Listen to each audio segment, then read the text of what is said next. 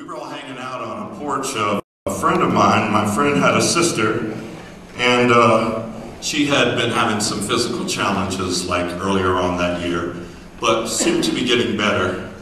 And so we were hanging out on the porch one day, and suddenly she gave birth. She had no clue she was pregnant. She knew that she was having some physical challenges. She felt a little sluggish. Her back was hurting.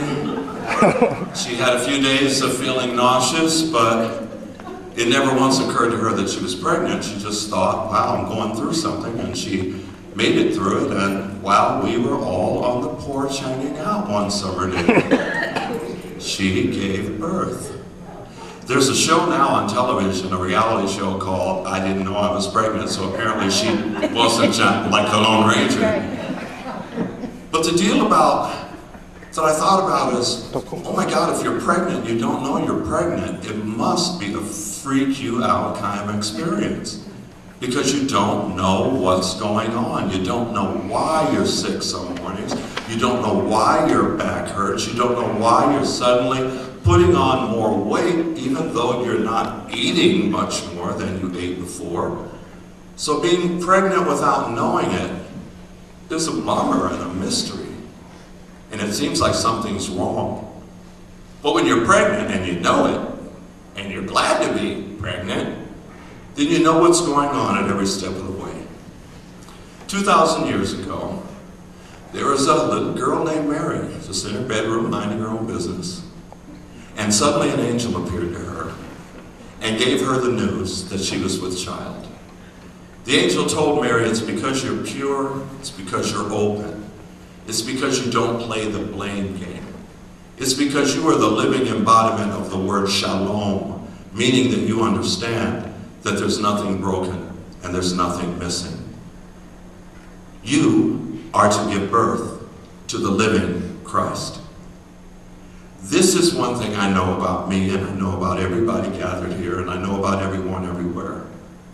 We are all pregnant. We are all destined to give birth to the living Christ.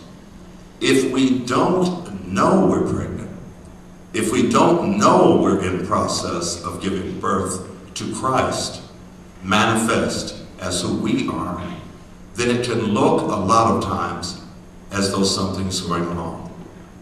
I told you that I would be speaking a little bit today about fear. If I were to have a talk title, it would be Fear Not. Because a lot of times we think that we automatically go into fear when there are fearful things that inspire our fear.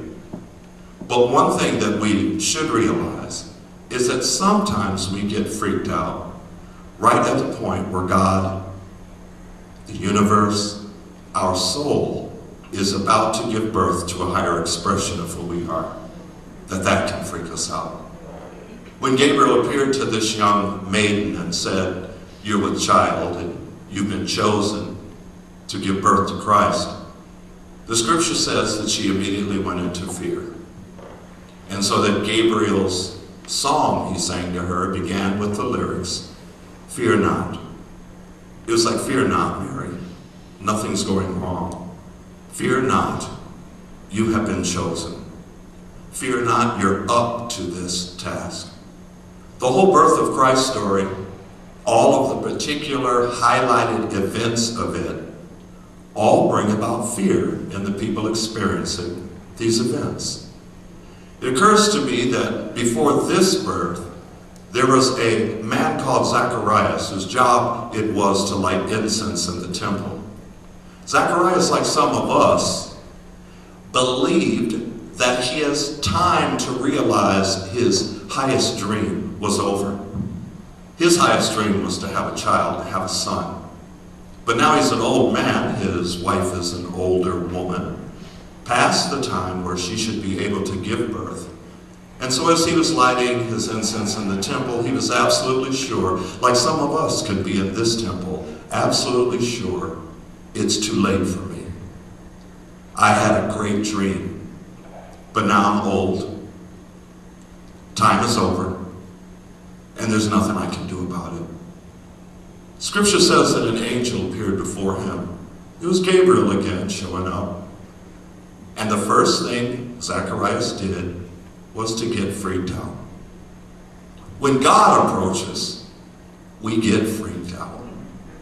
And so the first two lyrics of the song that Gabriel sang to Zacharias were the same two lyrics that he sang later to the virgin maiden. Fear not. He said, fear not, Zacharias. It doesn't matter that according to the laws of earthly existence, carnal reality, it appears as though you and your wife are past the age of having children. If you could just lay your fear aside long enough and let God do God's work in your life, you will see that it's never too late for your dreams to be realized.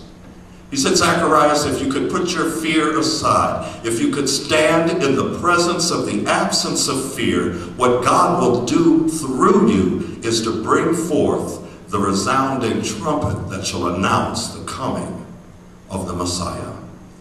His name shall be called John, and he will be the Baptist.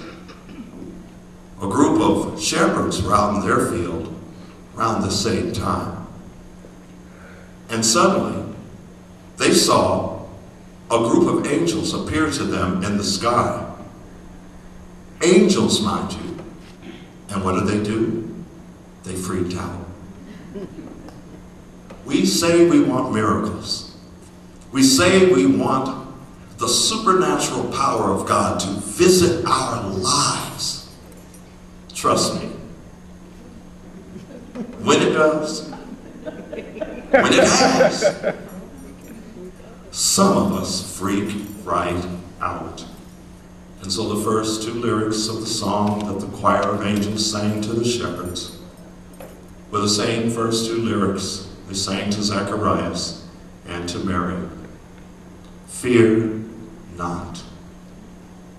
Shepherds, if you could just lay your fear aside long enough, if you could just be willing to practice standing in the presence of the absence of your fear, God has a miracle in mind for you. Keep your eye on the light, and the light will guide you into the actual presence of the living embodiment of Christ.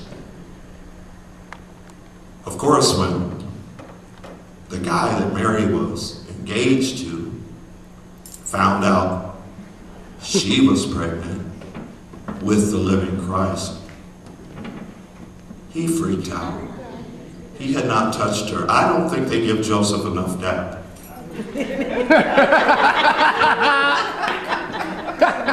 Society then was like society. People then were like people now.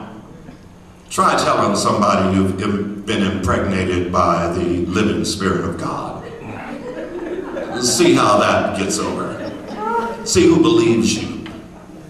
Especially if you have to run and tell your fiancé, God got me pregnant.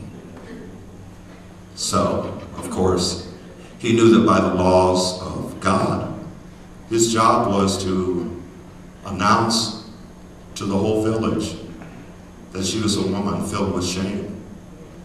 According to the laws of religion, she was supposed to be taken outside the gates of the city and stoned to death. But while he was sleeping, here comes Gabriel again. While he's tossing and turning about what he should do. And of course, when he showed up, even in the dream, Joseph freaked out at the presence of an angel. Just like me and you have a tendency to freak out when God shows up. And so the first two lyrics that Gabriel sang to Joseph were the same two lyrics. Fear not. She really is with child by the Spirit. And if you could just set your fear aside long enough, Joseph, you're about to be placed in such an amazing role that they will be talking, a black guy with braids and earrings will be talking about you 2,000 years from now, dude. If you can just stand in the presence of the absence of fear and let God's plan unfold in your life. Something amazing is about to happen. And so, all of us are destined to give birth to Christ as who we are, because each of us is destined to become Christ incarnate. It's who we already are. It's the only thing we can be. So we are destined to come to the full and fuller realization that the living presence of the Almighty has its residence in your body, in your heart, in your mind, in your life, in your world of affairs. But there's a requirement. Fear not is the requirement. We've said so many times, we do not need to practice freaking out. We don't need to go take a workshop. David does not need to give a class to teach us how to freak out better, how to catastrophize more, how to lose faith at any wind that comes along. We don't need a class in how to be like a reed shaking in the wind. We need classes, songs, books, meditations that are designed to get us to stop pretending we are reeds shaking in the wind, so that we can get about the business of being like a tree planted by the waters that cannot be moved. Can't be moved by financial stuff. Can't be moved by the appearance of dis-ease. Can't be moved by friends letting us down. It's an awesome thing when you can find yourself living in the circumstances of your life, and if you can look at those circumstances, as Brother David said, and you're going through challenges, but you are above those challenges because you know you're pregnant. Because you know that within you there is the living Christ, and your destiny will be fulfilled. You will give birth to Christ bearing your name. You are the point at which God meets with flesh, called by the name your mama gave you. And the requirement for your full and fuller understanding of this, and mine, is to fear not. This is such a big thing, because we live in the context of our own thoughts about life. And this world has programmed us very effectively, told us so many times and in so many ways that it's proper to freak out, that it's natural to freak out, that worrying actually can be a symbol of deep love. A mother who worries so much about her children and who shows her worry and expresses her worry can have people whisper behind her back, "She loves those kids so much." Worrying is not evidence of love, it's evidence of fear. Course in Miracles says you got two choices of where you want to live at any given time. You can live in love or you can live in fear. Reverend Alan Stanley, who was my spiritual leader in Miami at Unity on the Bay back in the early 80s, spoke one Sunday and said, "Worry is a prayer for death." That the more I worry if my son's going to get in an accident because he drives too fast or because he's spaced out while he's driving, the more I think about that, the more I worry about it, the more I catastrophize about it. Guess what? One of the Unity principles says that I'm creating my reality as a product of my own thoughts. The more I worry about my son, the more danger I put him in. And the more I confess, there is not only one presence and one power, that is God, and that is good.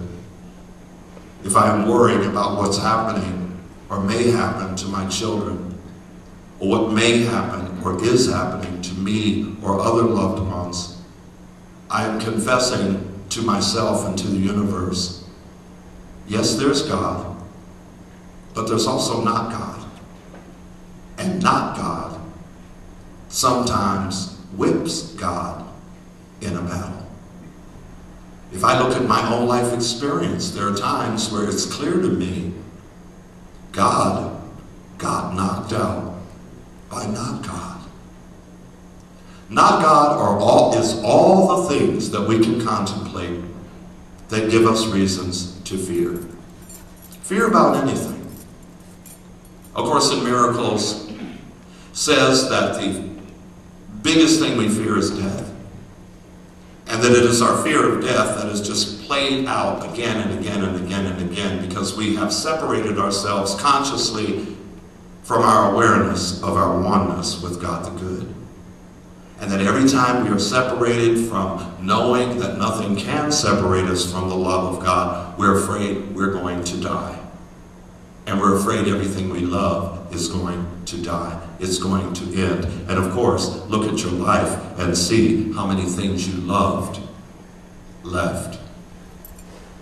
Which is why the Course constantly reminds us, stop looking in this world. This world cannot offer you any comfort, even if you're the centerpiece.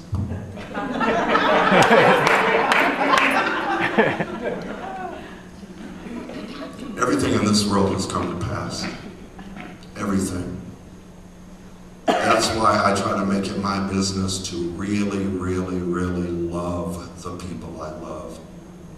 To really appreciate everything I have. I know it's just passing through. I love my car. It's passing through. I loved the car I had before this car. And some of you all know, on our way to a meeting here in Brookline to be with you all last winter, that car got totaled.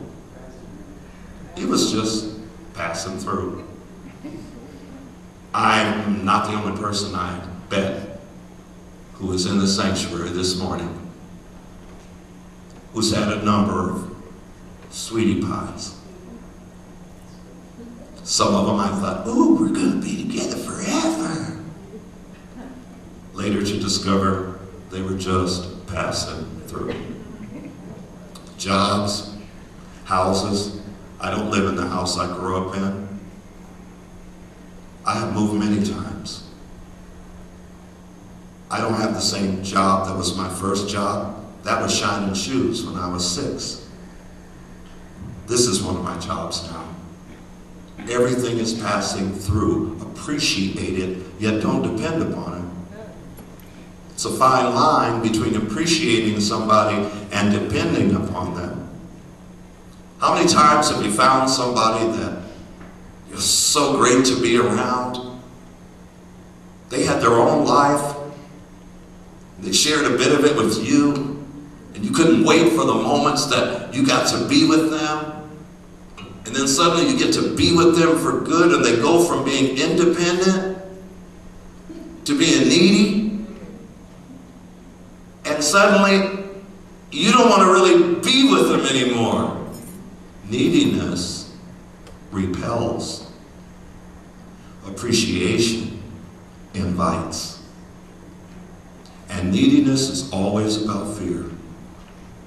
I've known a number of people who have come to tell me with a big smile on their face, I'm in love. He's in love with me too. And with that big smile on their face, there is terror in their eyes. And you go, what's all that? You're in love and he loves you? Oh God, yeah. We both believe we found our significant others. Well, why is there terror in your eyes? Because I'm afraid it won't last. I'm afraid it's not real. I'm afraid, I'm afraid, I'm afraid. Once again, we're living in one camp or another. We're living in fear, or we're living in love.